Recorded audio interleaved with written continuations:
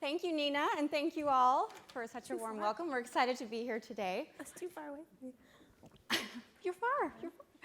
Gabby, on January 7th, 2011, you went rollerblading through the hills of Tucson. You went out for Thai food with your friend Rel. You were a congresswoman, and you were trying for your first baby with your husband Mark. And then the next morning, you met a gunman outside of a grocery store. Gabby, what do you remember about that day? I don't remember much. Mittens, Toyota, Mark Kelly. I miss you a lot. Yes. Gabby's memory is very good, but as a result of the injury she sustained on January 8th in Tucson, she struggles to communicate verbally. But as she will tell you, it was an unusually cold morning in Tucson. She sent a staff member to the nearby store to get mittens so that she would be more comfortable greeting her constituents. She drove to the event on the phone with Mark, who was, while he's here today, was that morning in Houston, Texas with his daughters. And almost a year later, returning to the parking lot where the incident happened, Gabby could tell us exactly where she parked. I bet if we went back today, you would be able to still tell us exactly where you parked. Yes. That's awesome, Gabby. And Claudia, in the immediate moments after the shooting, you boarded an airplane headed for Tucson with your dad and your sister. And while you were on the airplane, you received some news. Can you tell us about that moment? Yes. About halfway to Tucson, we had the news on, and the news had pronounced Gabby dead. And started playing a slideshow of different pictures of her life, including a picture of our last vacation together in Thanksgiving. And it was about 30 minutes before we found out that the news was not true. That was the strongest feeling of hope I've ever experienced. That was the longest 30 minutes probably ever in our life. And we were very happy to have a second chance. Yeah. That's a powerful feeling, that feeling of hope. And you were just 15. You were a teenager. Yeah. And Gabby was your stepmom. And I've heard not the kind of stepmom that let things slide either. Claudia has told me stories about Gabby watching her stand in front of the refrigerator with the door open and saying, "Hey, you're wasting energy." Or she would discover some recyclables that Claudia or her sister had put into the trash bin, and oh boy, has Gabby always been a woman on such a mission? I remember being like 10 or 11, rolling my eyes, thinking, I'm just trying to figure out what I want for breakfast. And now I'm 19, living in Houston, and I'm currently fighting the HOA in my building to get recycling, because now I take my recycling and I find a recyclable dumpster somewhere in Houston. So she's definitely rubbed off on me throughout the years. Good job, Gabby. Gabby, when you woke up after the shooting, you began a new mission, which was to get better. You had to learn to be left-handed because you'd lost the use of your right arm. You had to learn to walk again and to talk again. And I remember in the first days after the shooting, your brain could only locate the words, what, and chicken. Yeah. And now look at you. You travel around the country, you give speeches, you console victims. I've watched you spend entire days walking with great determination up and down those really long hallways of Congress to go to meetings. Is this the old Gabby or something new? The new one. Better, stronger, tougher.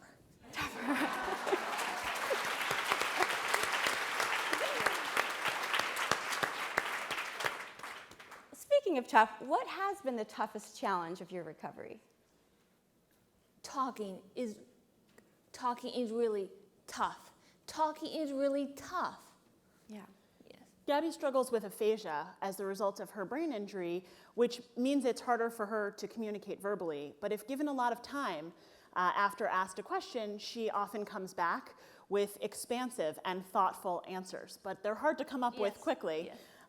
And for those of us who see her regularly, we see fantastic strides. We see that she's responding more quickly, that a lot of her language is coming back, that her responses are more thoughtful and more substantive over time. So we think you're making remarkable progress. Boom. Claudia, what milestones have you noticed in Gabby's life recently? We were just recently in Australia for vacation, and Gabby was right there with us, snorkeling the Great Barrier Reef. We've been able to do, pretty much everything from before the injury. She's walking much faster, and even, just this trip, I've noticed an improvement in her speech and her responding more quickly, and it's been pretty amazing. Amazing. Now, Gabby, you've told me that your healing process feels slow to you, even though it amazes so many other people. Are you optimistic about your continuing recovery? It will be a long, hard haul, but I'm optimistic. What are you doing? What does your recovery entail?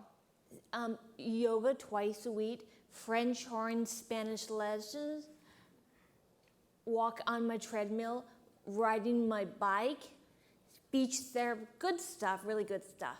That's a lot of really good stuff. Speaking of good stuff, I heard that you even had to let a certain husband of yours learn how to do your hair. That sounds hard to me. Once.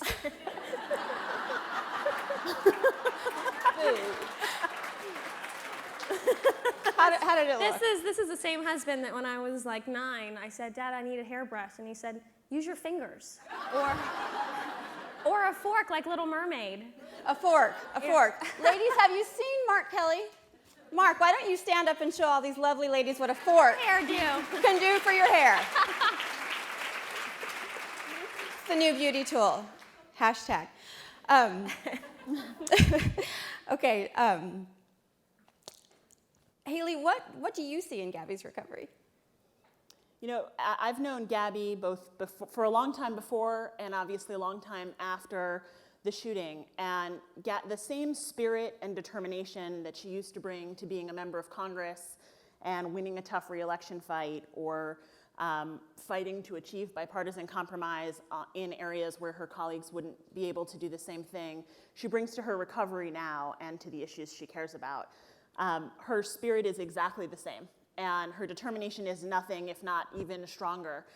She's been a fantastic role model for us. As Jaimee mentioned, she was a tough stepmom. She was a tough boss, but hopefully we rise to the occasion, and she sets an amazing example. Most people are not as lucky as we are. Yes. Gabby, I'm sure you do spend some time looking back on what has happened. Your friends and family have told me that when no one else is around and you're not afraid of mixing up a word, you talk a lot, all the time. You talk about what happened to you. You talk about waiting a really long time to get married and then truly falling in love with Mark. What have you learned from your reflections these past 3 years?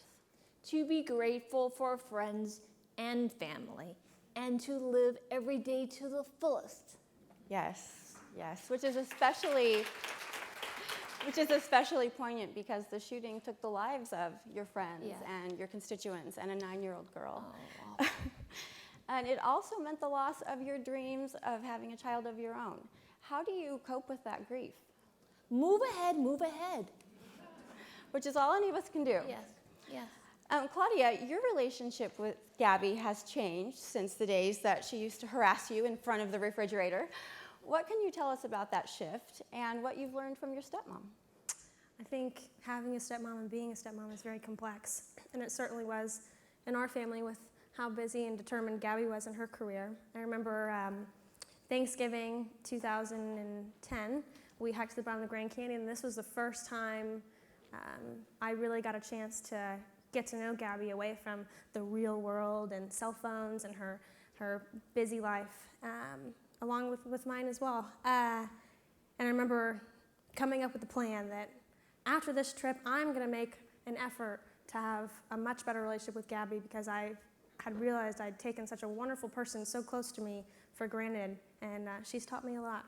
I think part of the reason I'm a very determined person with work and my personal life is watching Gabby, not only her full-time job, which is recovery, but also her extreme determination for the pack. Thank you. How do you feel about this new relationship with Claudia? Awesome. Gabby, what's on your agenda now? Americans for Responsible Solutions. Yes, and you have a great team surrounding you working on that. Haley, can you tell us about what you're working on? Sure. As Nina mentioned in her introduction, just last year, Gabby and Mark started an organization called Americans for Responsible Solutions to change the dialogue around the issue of guns and gun safety in our country, and to help promote common sense solutions to this very serious problem. Our goal is to create a conversation between gun owners and non-gun owners to overcome the stalemate that has prevented folks in red states and blue states from engaging in a conversation on this issue, to change the political balance which has factored into so many elected officials' decisions when it comes to policy on this issue. We have an advocacy team working at the federal and state level, and a political team working in over a dozen elections this year to support candidates who are champions for these common sense solutions so that we have brighter prospects for legislative change in 2015.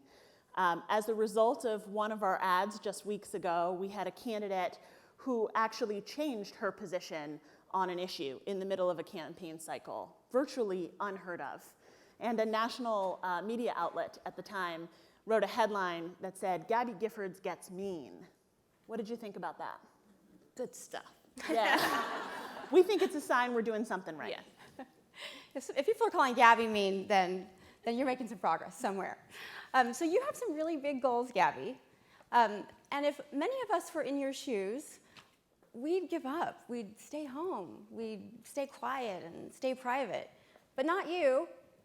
You're out there doing things like this. You're walking down those hallways of Congress. You practice your speeches all the time, over and over in the car. You're writing books. She just had a new one come out called Enough with her husband, Mark. You won't rest. So Gabby, tell us, how do you do it, and why do you do it? I want to make the world a better place. Ladies and gentlemen, Gabby Giffords. Thank you.